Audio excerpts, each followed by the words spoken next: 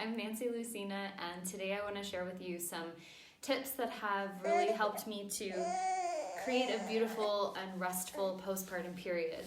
I've tried to make this video a few times, and it's a little hard with a little nursling, but he's going to just have to be with me during the video. So, I want to talk a little bit about the tradition that exists all around the world, from India to Asia to here where I'm in Mexico to Morocco, to so many places around the world, to places in Europe as well. And it's this idea that there should be a window of time that is respected right after you give birth. And this window of time is traditionally 40 days or around 6 weeks. And Ayurveda says 40 days for 40 years, meaning how you support yourself, how you treat yourself during this 40-day window immediately after childbirth will impact you negatively or positively for the next 40 years. So it's this really sacred window of time that we have after we give birth. And it's a time where the veil is thin, and you're not only bonding and learning how to breastfeed this new baby, but you're also ushering in a totally new woman as well. You've become a mother now. Even if you're already a mother of 5 children, you always change after every birth. And so that veil is really thin. You're in between the worlds. Not only is there so much that needs to happen physically in terms of healing and bringing your body back into a state of somewhat normal again, even though it's going to be like a new version of you. There's also things that are happening energetically that are really important. You're incredibly open. You have literally blasted yourself open on all the levels that you possibly can in order to give birth to your baby.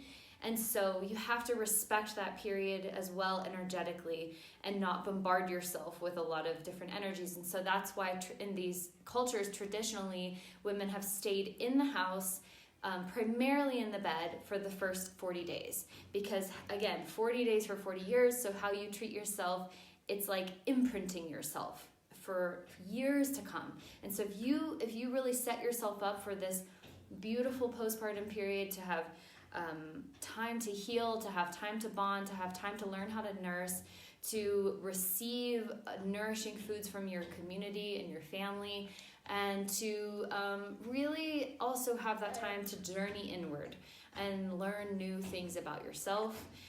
Perhaps you also need to heal emotionally depending on how your pregnancy and birth was.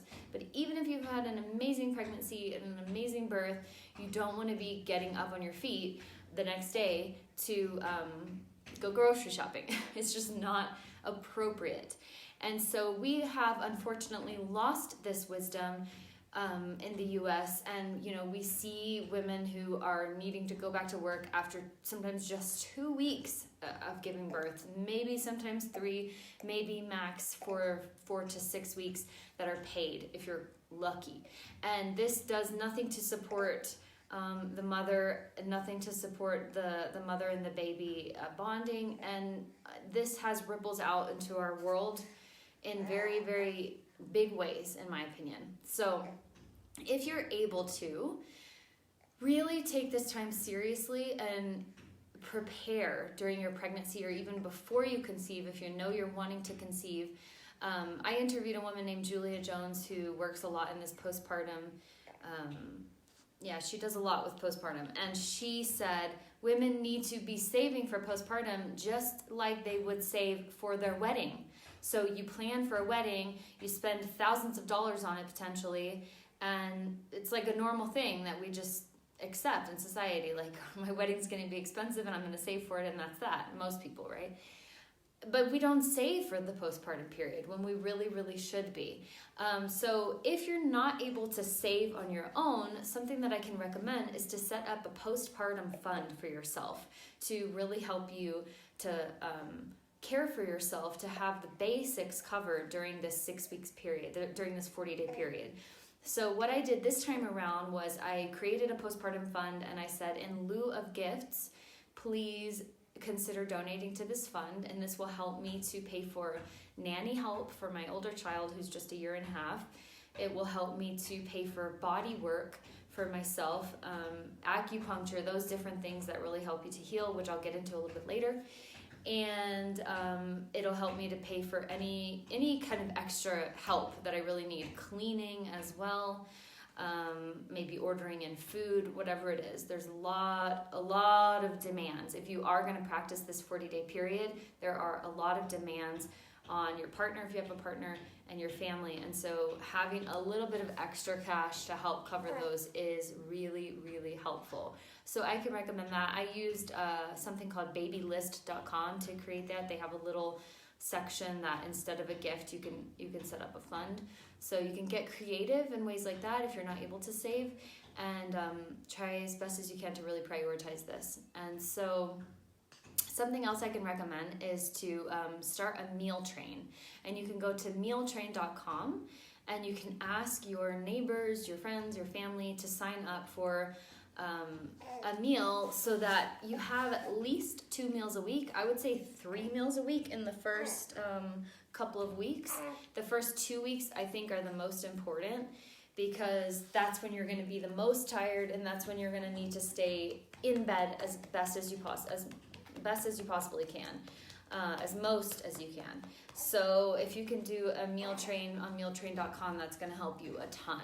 And also keep in mind that this food isn't just for you, but it's also for your partner and, you know, any kids that you may already have, because you want also your partner and your family members to have time to bond with you in those first couple weeks. I mean, to bond with the baby and you as a new mom. And so not needing to worry about food is super, super helpful.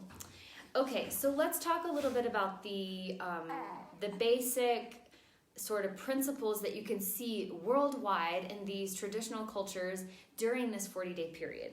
Those are, number one, primarily is rest. Rest, rest, rest. If you don't do anything else that I suggest in this video, rest.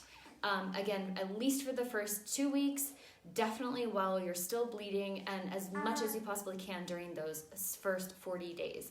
So taking everything off your plate if you possibly can around caring for your older children. I mean, of course, you're still going to care for them and see them, but if the heavy, like I have a 1.5-year-old and he's big and heavy, and I said I'm not going to lift him in my first 40 days. So I'm going to need help from everybody else, getting him on the potty, changing his diaper, whatever it is, lifting him up in his seat to eat. And yeah, I've pretty much held true to that, and it's been really helpful in helping me to heal, helping my pelvic floor to heal.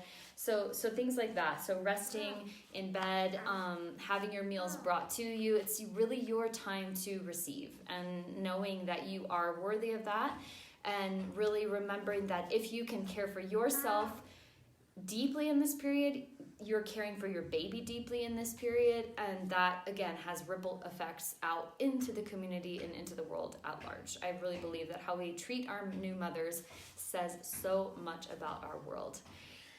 Okay, so there's rest, and then there's nourishing food, and this food you can see across the board. Again, it has common themes, and that is usually that it's warm and it's wet and it's nourishing. So think soups. If you aren't vegetarian, you're going to want to do some kind of broth and get collagen-rich foods in there, like a bone broth from a healthy source, some free-range chicken or beef, if that's your thing. You can see that in, again, all of these different cultures and the ways in which they prepare their food is with warming spices to get the digestive going again, the digestive fire going again, soups, and just really nourishing foods. There's a book that I can recommend called The First 40 Days, and it's a recipe book, and it's beautiful, and it can give you a lot of inspiration.